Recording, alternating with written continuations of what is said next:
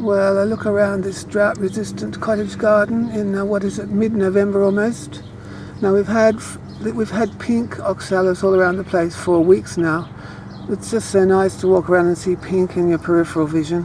What I've got to do as soon as these die down, I'm going to just rip it out and search through the soil and get all those little bulbils and just spread them around in more and more locations. It's not the most drought-hardy oxalis. It's not as drought-hardy as the yellow one, but it's very pretty to have around the house. Look, they're half closed at the moment. I should have come out an hour or so sooner. But they're very pink and lovely and quite drought-hardy. But these ones do like a bit of water, so it's nice to have them near the house somewhere. Anyway, yes, I'm going to rip up all the little bulbils and plant them everywhere. That's what I'm going to do.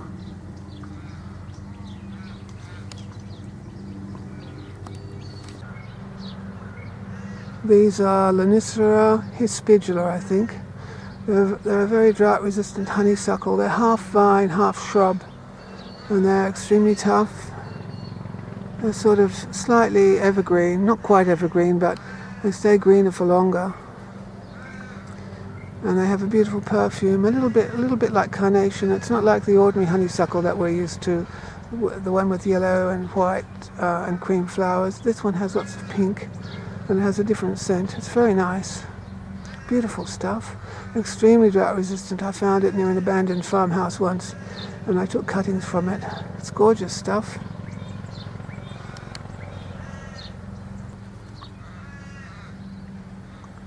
Just a little close-up look here. Where are you, Lonicera? Lonicera hispidula. This camera's working today, aren't I lucky? Lonicera hispidula, I think. Let's have a look at can we see the leaves? Anyway, it's sort of, they're more leathery, they're different sort of leaves from the ordinary honeysuckle. But gorgeous flowers, gorgeous scent, extremely drought resistant. Far more drought resistant than the ordinary honeysuckle. Extremely drought resistant, this one. I've seen it in an abandoned farmhouse where it hadn't been watered for decades. Of course it was miserable, but it was alive.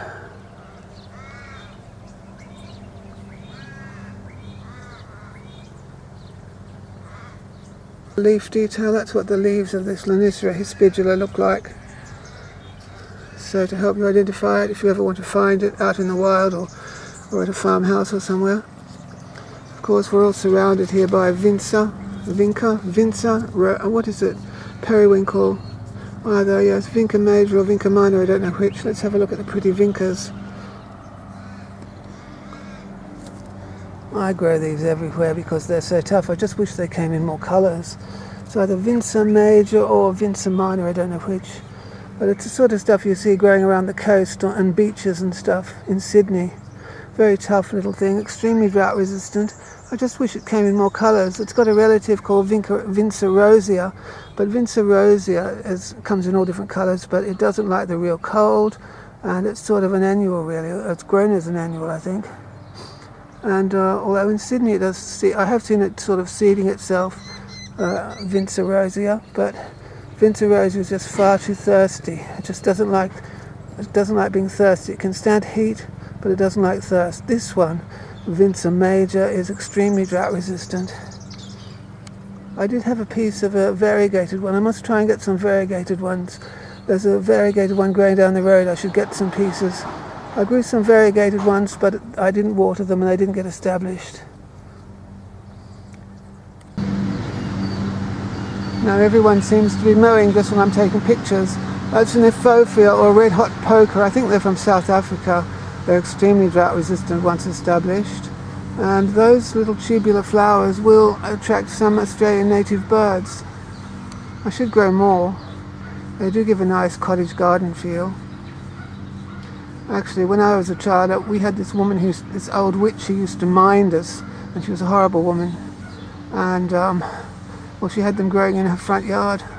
I hated that. Whenever I saw red hot pokers, I used to hate seeing them, but they're actually quite beautiful. Really, they are.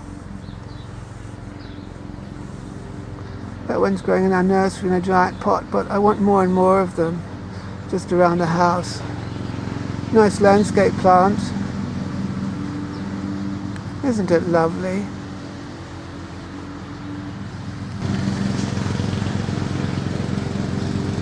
There it is.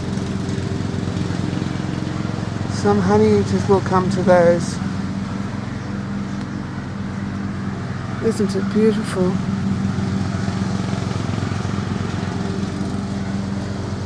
And it's got quite attractive leaves. See those sharp leaves? A bit like a pineapple. A bit like a pineapple. I must plant them out and get some more as well. I'd like to have hundreds around the place, I think. This pot here is full of them too. If I separate them all out and thin them out, I should get lots more, really. I should.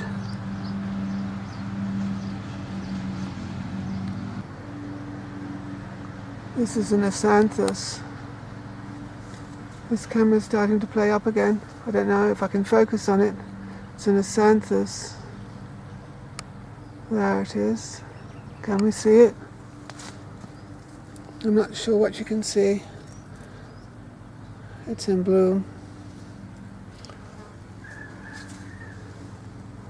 Pretty sort of thing, but the leaves are quite sharpish.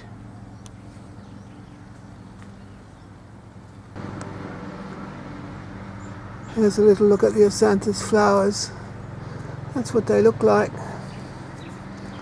They're a bit like they look as if they'd eat something if they could. They look as if they could become insectivorous eventually.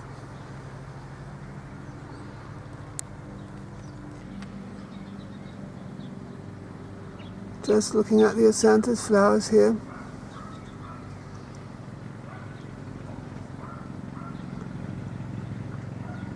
Beautiful spike.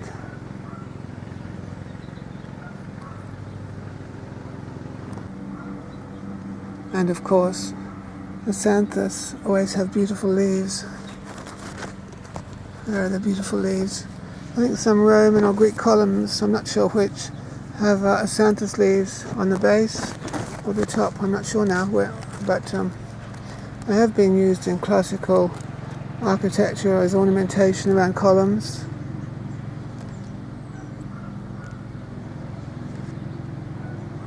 Here we are, looking at an Acanthus by the old potting shed. There we are. There's a look at the flowers. The flowers look a bit more advanced. I dare not focus because the camera might switch off.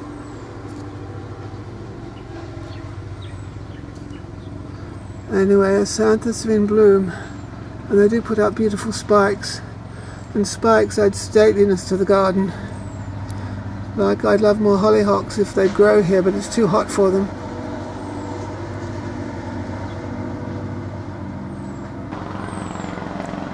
Lots of mulberries everywhere at this time of year.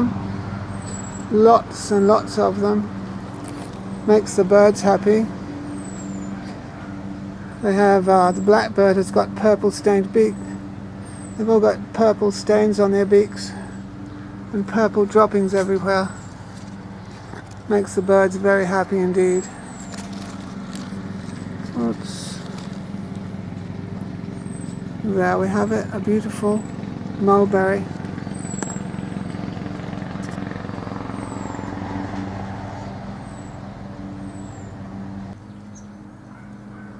All these Senecio or Senecio, however it's pronounced. Sounds Italian, doesn't it? They're all blooming at the moment. They do attract bees and butterflies. They look like a little Scotch thistle. Of course they must be related, mustn't they? So pretty.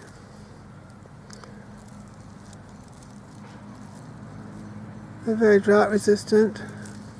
Easy to grow from layer cuttings. Indeed, if you look under the edges of them, there are usually some pieces with roots on them. Very easy to multiply. Quite tough. Not as tough as the wormwood. The wormwood behind them is much tougher. There's silver wormwood behind them. What's that? Artemisia arborescens. That's very tough, that one.